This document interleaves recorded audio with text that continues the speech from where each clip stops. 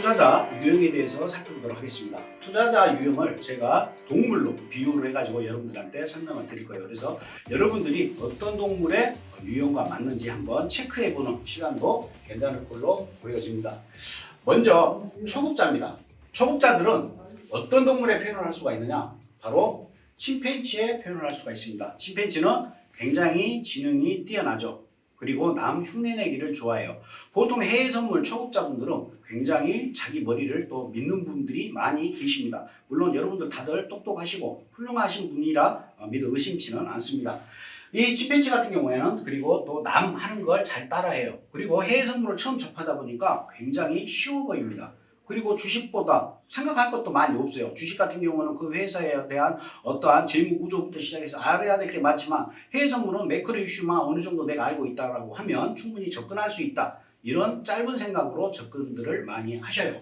그리고 이제 거래를 하다 보니까 내가 머리 좋은 걸로만 했더니 이제 뭐 5번 이기면 이제 뭐 7번 지고 8번 지고 이제 손실의 폭이 커지죠. 그러다 보니까 이제 공부를 하기를 시작을 합니다. 근데 공부를 하는데 어떻게 공부를 하느냐? 그냥 베껴요. 침팬지처럼 따라만 하는 겁니다. 어떤 전문가가 어떠한 뭐 보조지표를 가지고 거래를 했더니 수익이 많이 나더라. 그걸 그냥 어떠한 필터링 없이 그냥 가져와가지고 자기가 거기에 맞춰서 거래를 합니다. 이 거래는 될 수가 없어요. 그 A라는 전문가는 수년간에 걸쳐가지고 어떠한 지표를 가지고 그 사람들이 분석을 하고 통계를 내고 실수와 실패, 성공 이런 걸 계속해서 하면서 자기 걸로 만들었기 때문에 그 사람한테는 통용이 되는 거지만 그걸 그냥 아무런 필터링 없이 내가 갖고 와가지고 그 사람이 설명한 대로 거래를 하지 않습니까? 전혀 여러분들께 될 수가 없고 수익을 날 수가 없어요. 근데 이러한 모습을 보여요. 그러다가 이제 또 TV를 보는데 어떤 전문가가 뭐라고 설명을 하면서 뭐 보조지표, 그 다음에 이동평균선 뭐 이런 걸 설명하면서 기가 막히게 어떠한 변곡점을 찾아내요. 이걸 보고 야 유레카 정말 이것만 보면 나도 거래를 잘할 수 있겠다 싶어가지고 그냥 덥석 그걸 가지고 또 거래를 해요. 잘 될 턱이 없겠죠. 이렇듯이 그냥 무조건 따라하는 유형이에요. 그러면서 손실을 많이 봅니다. 그리고 나서 이제 정말 제대로 된 공부를 이제 하기로 마음을 먹어요. 그래서 열심히 공부를 하겠죠. 열심히 공부를 하는데 이러한 사람들은 이제 중급자에 속합니다. 중급자는 뭐에 우리가 비유를 할 수가 있냐면 낙타에 비유를 할 수가 있습니다. 왜 그러냐면 지금 낙타들 보시게 되면 짐들이 많죠. 이게 뭐냐? 이제 공부를 너무 많이 해가지고 아는 지식들이 너무 많습니다. 아는 지식들이 너무 많아요. 그 대신 쭉 한 줄로 가죠.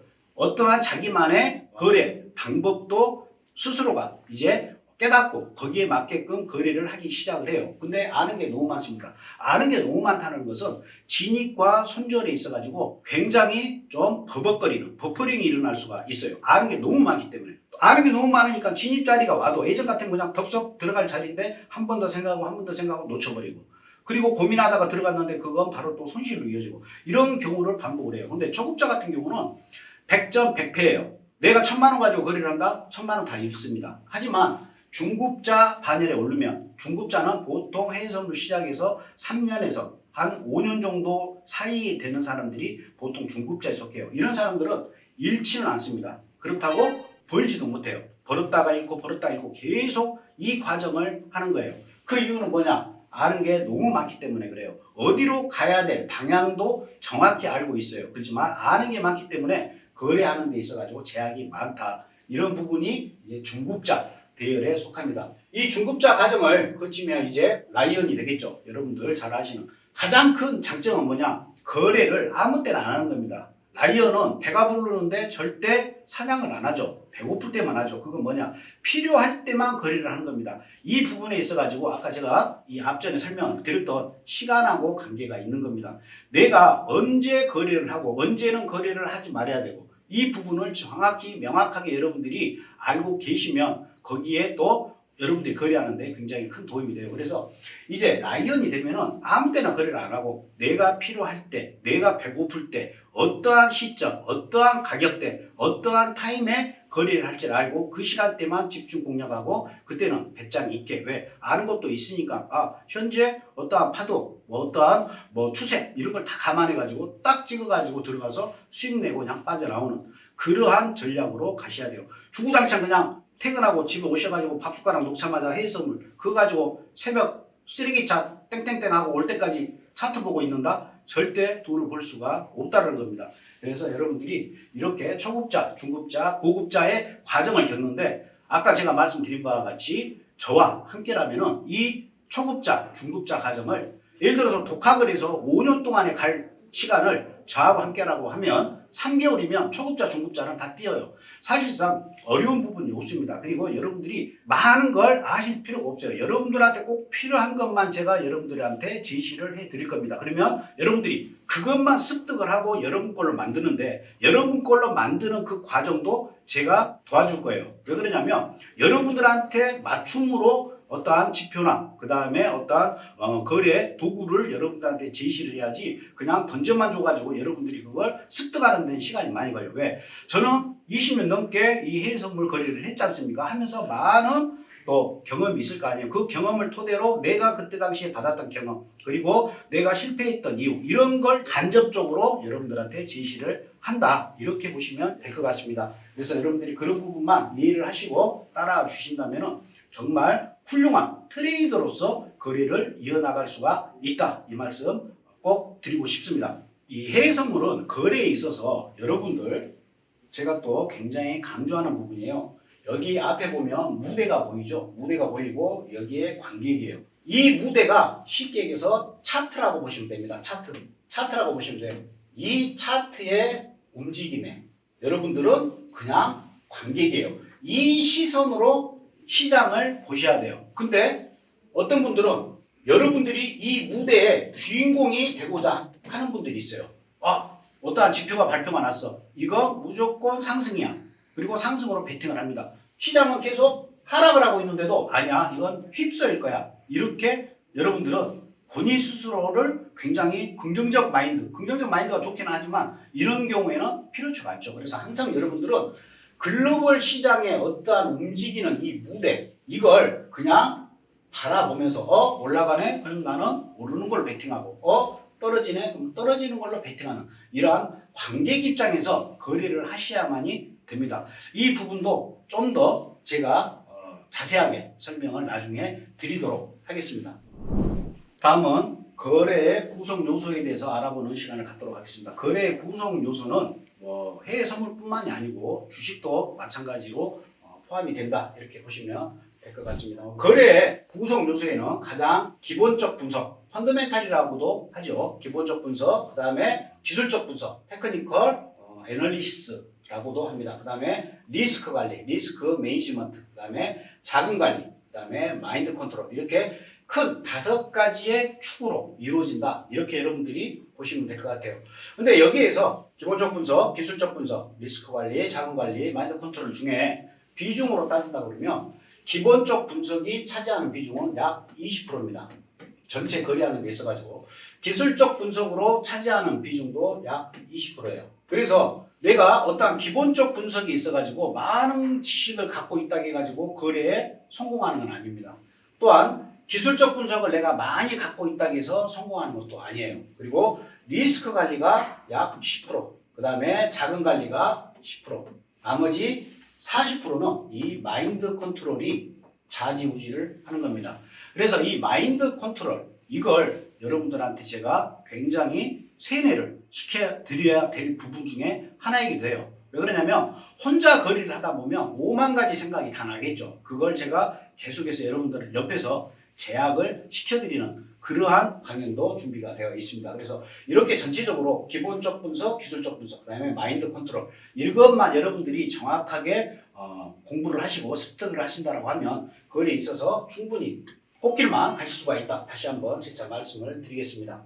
그러면 기본적 분석이라는 게 무엇이냐? 기본적 분석은 펀더멘탈적인 측면이 있는 것이고 그 다음에 매크로 이슈 이런 부분들은 여러분들이 바로바로 정보를 습득할 수가 있겠죠. 그리고 어떠한 경제 지표들이 계속해서 매일 발표가 되기 때문에 그러한 경제 지표도 이러한 기본적 분석의 안에 속한다. 이렇게 보시면 될 것 같고 현재 미국 같은 경우에 큰 우리가 펀더멘탈로 본다고 그러면 그 다음에 미국의 어떠한 금리 정책 계속해서 금리 인상을 작년부터 끊임없이 금리 인상을 했죠. 거기에 대한 어떠한 펀더멘탈 그 금리 인상으로 인해서 수반되는 여러 가지 글로벌 경제에 미치는 영향 이런 부분들은 우리가 예측 가능한 부분이기도 합니다. 그래서 이러한 기본적 분석 매크로 이슈 계속해서 매크로 이슈는 하루가 다르게 뉴스들이 쏟아져 나오기 때문에 여러분들이 그걸 습득을 하고, 근데 거기에서 이제 버려야 될 뉴스, 그리고 우리가 실질적으로 시장에 꼭 필요한 뉴스, 이제 이런 부분들도 제가 다 여러분들한테 제공을 해 드릴 거예요.